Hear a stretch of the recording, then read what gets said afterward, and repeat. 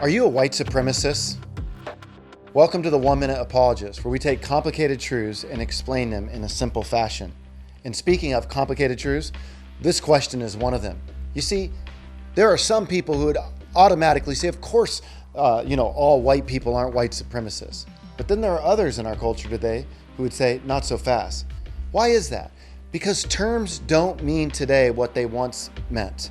For example, when we hear the word racism, we need to realize, are we talking about the way that it is understood in today's culture or the way that it was once understood? When we hear the word justice, we need to understand, are we talking about the way it was once understood or the way it's being talked about today? Now, I'm talking about through the lens of critical race theory.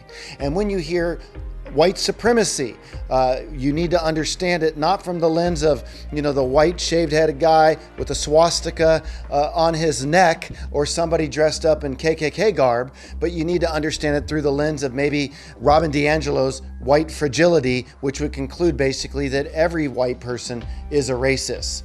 So I would say that when somebody is talking about this idea of white supremacy, we need to define our terms. Are you using an old definition or a new definition?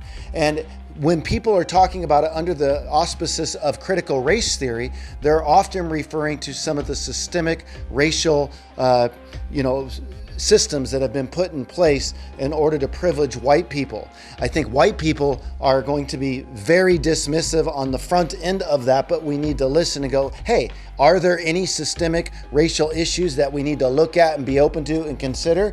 And I think that we could say, sure, but the problem with critical race theory is when you conclude with all white people are racist, or if you come over to the other end of the spectrum where you're not saying, no, not all white people are racist or all white people are racist, and you come over here and you say everything's systemic.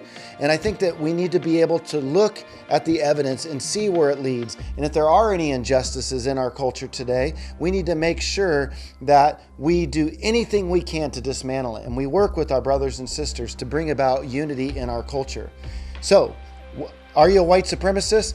I would say, I can't answer that for you, but I would say that unfortunately, there have been some throughout our past who have been oppressive, and we need to be willing to acknowledge it. But the white people that I happen to be friends with and know, they would hate the idea of being white supremacists because they would see their African American brothers and sisters as one at the foot of the cross.